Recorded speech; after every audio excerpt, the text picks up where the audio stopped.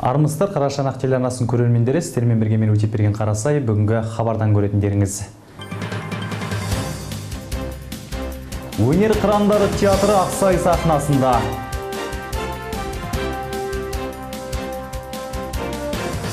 Ауылымызда үздік педагогтардың жұмысымен таныстыру жобасы жалғасын табуда.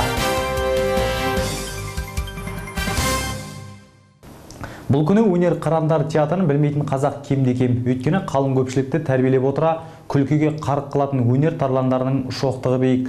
Қазақстан мұсылмандар діни басқармасының қолдауымен қасиетті Рамазан айының құрметіне берекелі мереке 4 деген атаумен театр ұжымы еліміздің барлық аймақтарын аралап келеді. Жақында ғана бұл ұжым Ақсай сахнасында да өнер көрсеткен болатынын.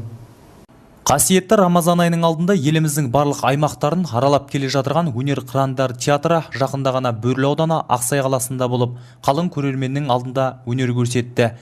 Мәдени, діни, рухани бағытты қамтып жүрген театр ұжымы бұл күнде қалың көпшіліктің алғысын алып, жұртшылықты жақсылыққа шақырып, жамандықтан тыйып келеді. Содан болар осындай мағыналы әзілдерге шөлдеген халық барлық қалада өнер жұлдыздарын ыстық ықыласпен қарсы алады. Бұл өзіміздің дәстүрлі сапарымыз. 4-ші жыл, берекелі мереке 4 деп, биыл 4-ші жыл. Осыдан 4 жыл бұрын бастап алған.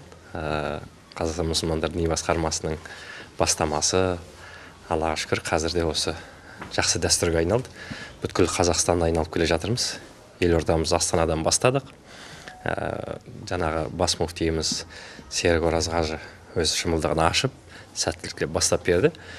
Міне енді сіздердің қалаларыңызға келдік. Бүгін бір ерекше кеш болатын шығар деп отырмыз.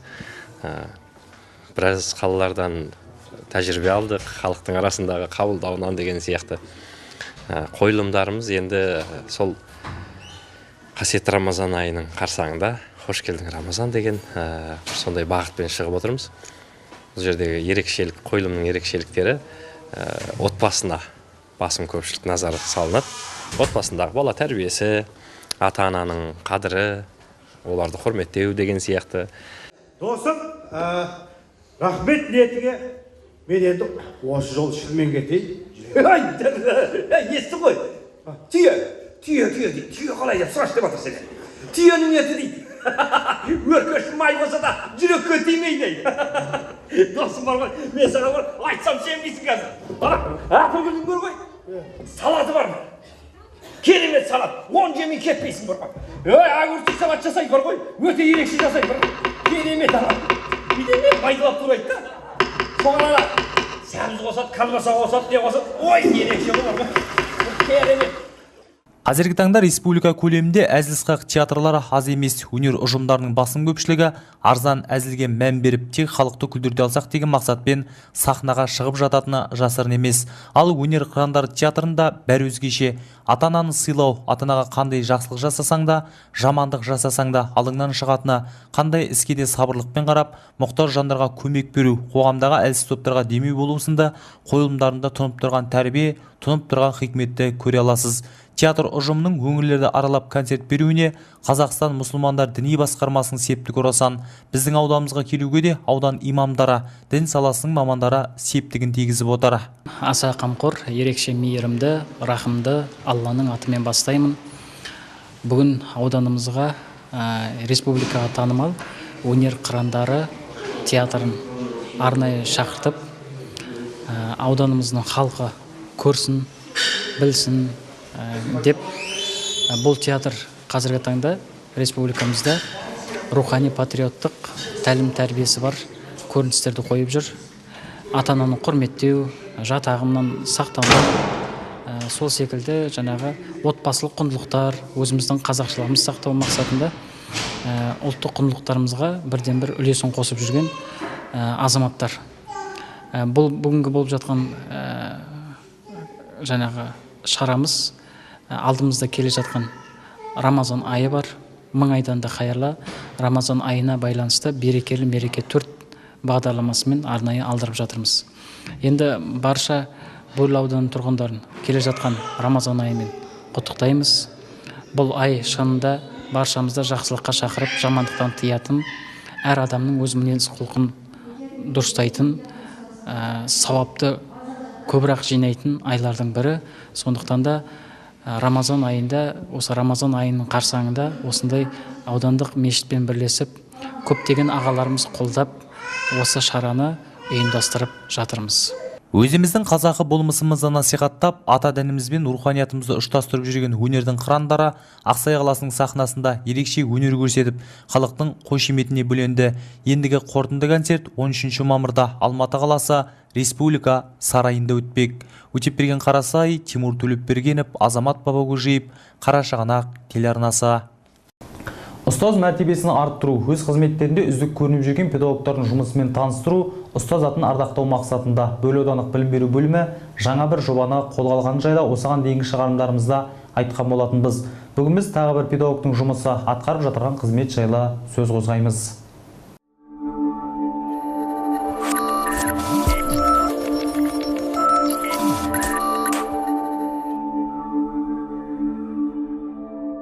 Ақашева Кенжеғаным Нұрғалиқызы қазақ тілі мен әдебиеті пәндерін терең меңгерген, білімді, білікті шығармашыл ұстаз.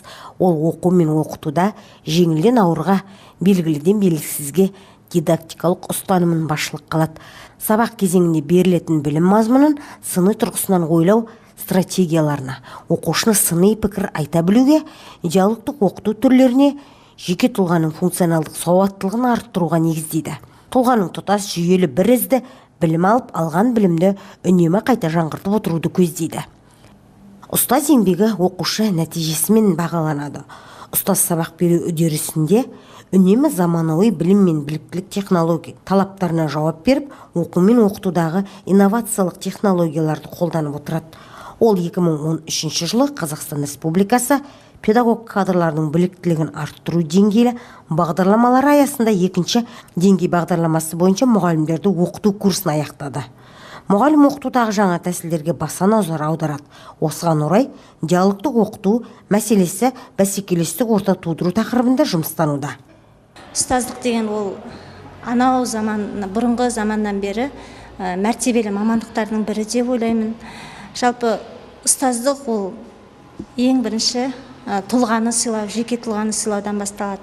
Білімді небір практикалық, теориялық жағынан білімің толып тұрса да, ең бірінші жеке тұлғаға сен білімді адамгершілік тұрғыдан берсеңіз, онда ол ұстаздықтың өлшемі соған теңер. Әсіресе енді мен қазақ тілі әдебиеті сабағынан берем ғой, сол кезде кез келген шығарманың бір берер өмірлік тәлімі болады.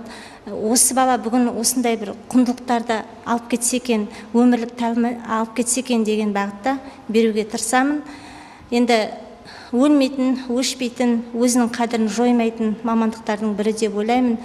Жалпы мен өзімнің ұстаздығымды үш нәрсеге балаймын. Осы күнге жетістікке жеткенім ең бірінші тынымсыз еңбектің арқасы. Екінші, бұлтартпас білім деп ойлаймын. Енді оқушыға берер білімің кәдімгі ол сенің тұғырың. Үшінші, айқын мақсат. Не нәрсеге де мақсатпен, үлкен махаббатпен келуің керек деп ойлаймын. Сонда ғана осы ұстаздық деген нәрсе өз үйлесім табады. Ол шебер ұйымдастырушы, жауапкершілігі мол ұстаз. Жас мамандарға педагогикалық және психологиялық тұрғыда әдістемелік көмек бере алатын білім қоры мол маман. Сондай-ақ Кенжеғаным Нұрғалиқызы тәжірибелі ұстаздығымен қатар шығармашыл тұлға. 2012 жылы жергілікті баспасөз беттерінде өлеңдері жарық көреді. Кенжеғаным Нұрғалиқызы жас ұрпақты оқыту мен тәрбиелеуде шығармашылықпен жұмыстана білетін, мамандығын жетік меңгерген білікті маман.